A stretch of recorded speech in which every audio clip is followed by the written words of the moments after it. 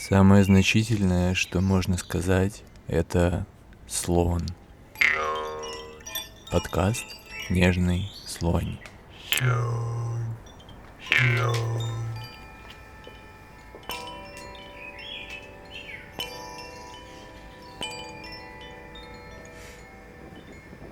Сосредоточиться на справедливости, кооперации и высокой эмоциональной включенности в жизнь и чувства других.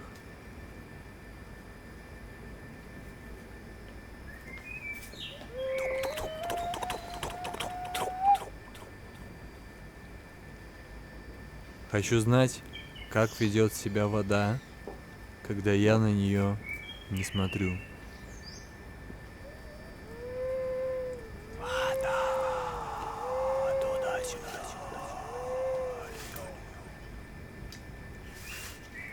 Необязательность объяснения, нежелание что-либо делать, азы социальной психологии.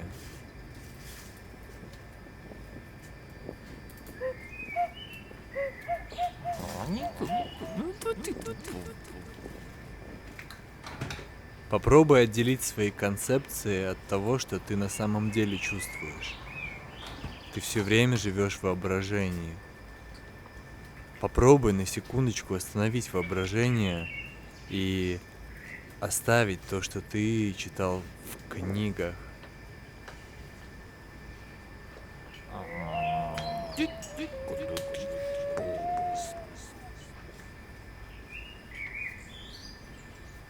Все, что нас окружает, может в один день превратиться в тыкву. Надо к этому относиться максимально философски.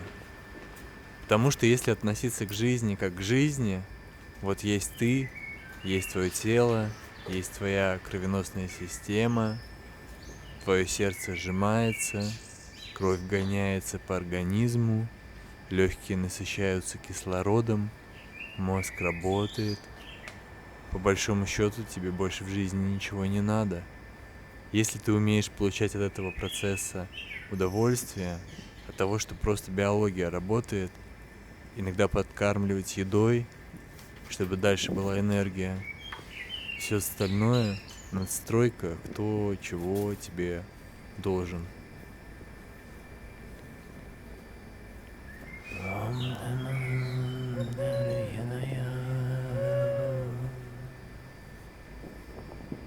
На пороге свободы думаешь о самоубийстве.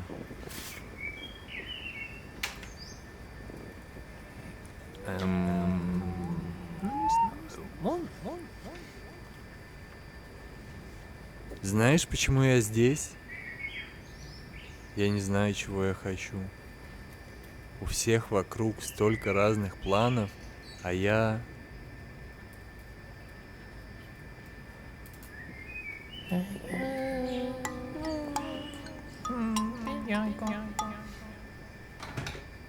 Чем сильнее ты чего-то боишься, тем сильнее ты это притягиваешь.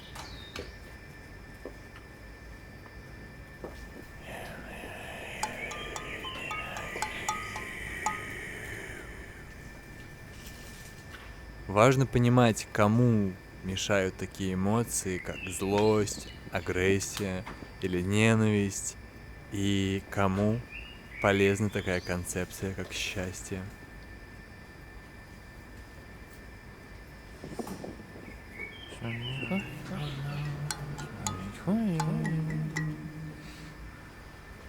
Нет ничего более непредсказуемого, чем наша история.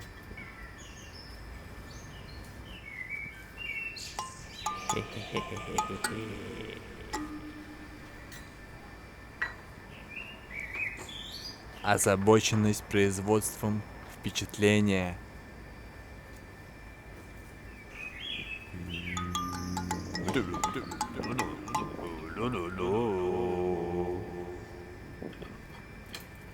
Я знаю по своему дыханию то, о чем я говорю. Дышу.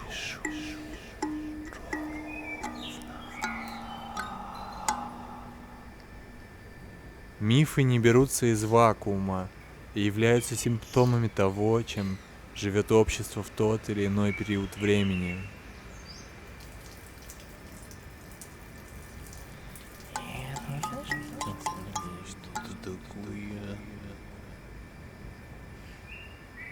Это группа людей, но они просто зрители, не сообщество.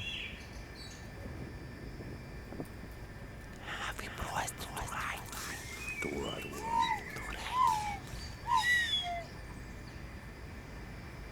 Свободу не получают мирным путем.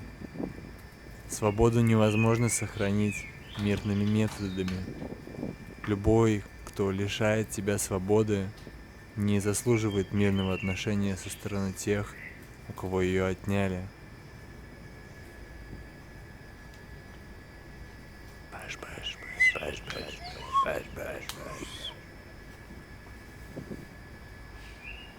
Если честно говорить о Второй мировой, то вывод не никогда снова, а мы живем внутри машины, системы, которая это производит.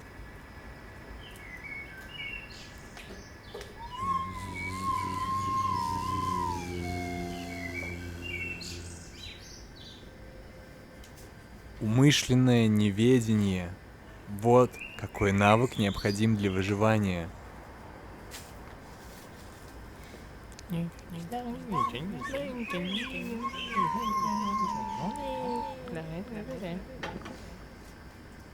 Идеологический поинт Идеологический поинт неолиберализма – жесткое рыночное взаимодействие, жесткая конкуренция между людьми должна насаждаться в абсолютно любых сферах. Нужно сделать так, чтобы люди относились друг к другу как ресурсы, и к себе относились как ресурсы. Эта вещь должна быть произведена. И главным принципом становится: каждый выживает сам.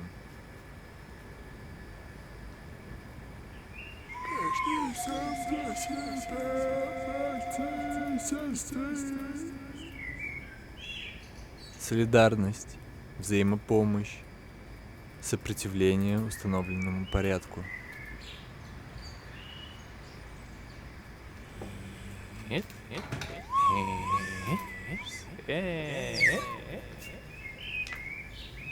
Скажи, чем тебе помочь? Что я могу сделать, чтобы тебе стало легче? Мы протягиваем друг другу руки, беремся за руки. Время — это ресурс, неравномерно распределенный между людьми.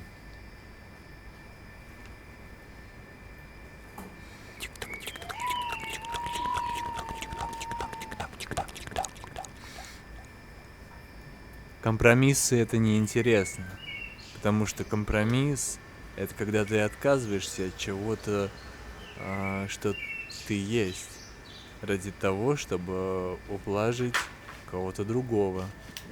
Зачем?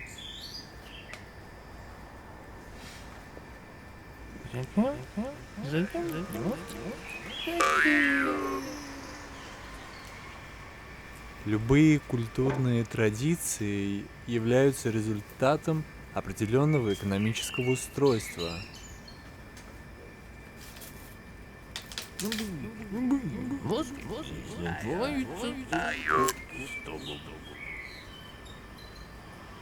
Люди склонны к альтруизму. Мы счастливее, когда помогаем друг другу, действуем сообща, а не пытаемся забраться по головам на верхушку пирамиды. Homo sapiens добились такого успеха именно благодаря кооперации. Мы наши кончаются, понимаете, люди, мы наши кончаются, мы теряем друг друга, все планете. Общайтесь с внутренним голосом.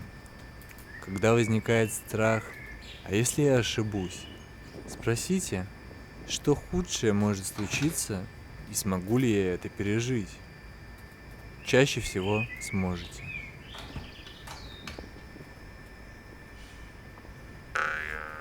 Общайтесь со своими Небеса, звезды, вода, цветы, цвета, дети, знания, вся планета. В человеческом мире нет ничего страшнее войны. Пожалуйста, пусть все будут свободны. Леса, звезды, вода, цветы, цвета, дети, знания, вся планета.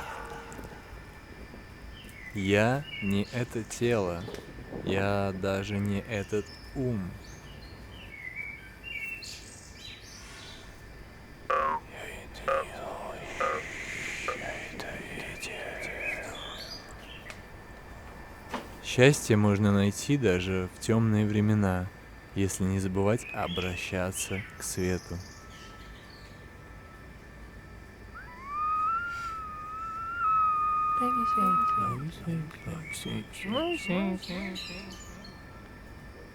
Я ведом, я помню свое почему.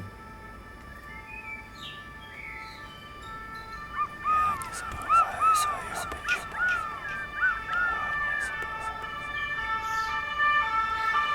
Переживание насилия делает людей более уязвимыми к последующему насилию.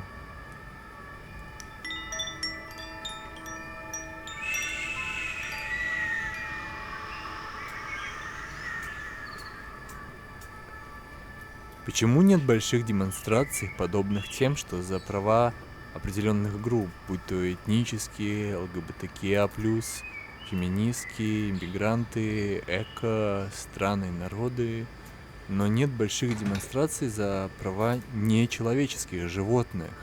Ведь так много об этом можно сказать, и там ужаса и мрака еще больше, чем среди человеческих животных. И почему есть тенденция открыто говорить, будь то вживую или в соцсетях, о насилии среди тех, кто с ним столкнулся, или тех, кто был свидетелем, или тех, кто неравнодушен к насилию и выступает союзницами. Но о насилии по отношению к нечеловеческим животным среди тех, кто от него отказался или не поддерживает, как будто не принято говорить.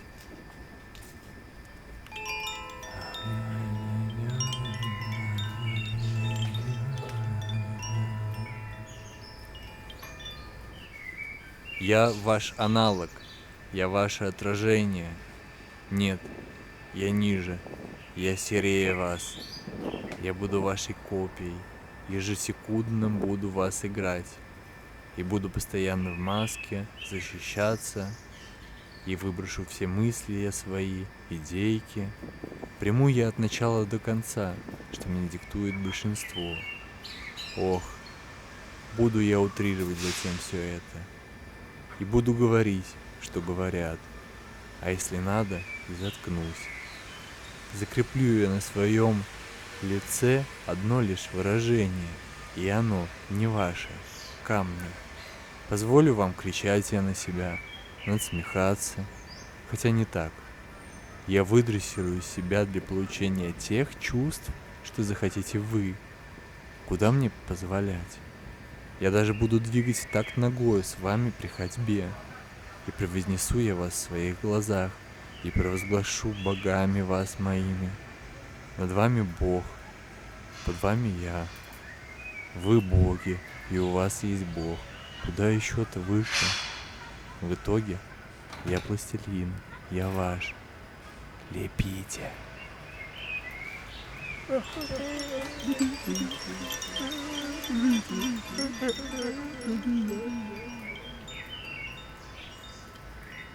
И снова я стою посреди толпы, безликий, среди разных и индивидуальных, такой пустой, после гроба сразу в те же грабли.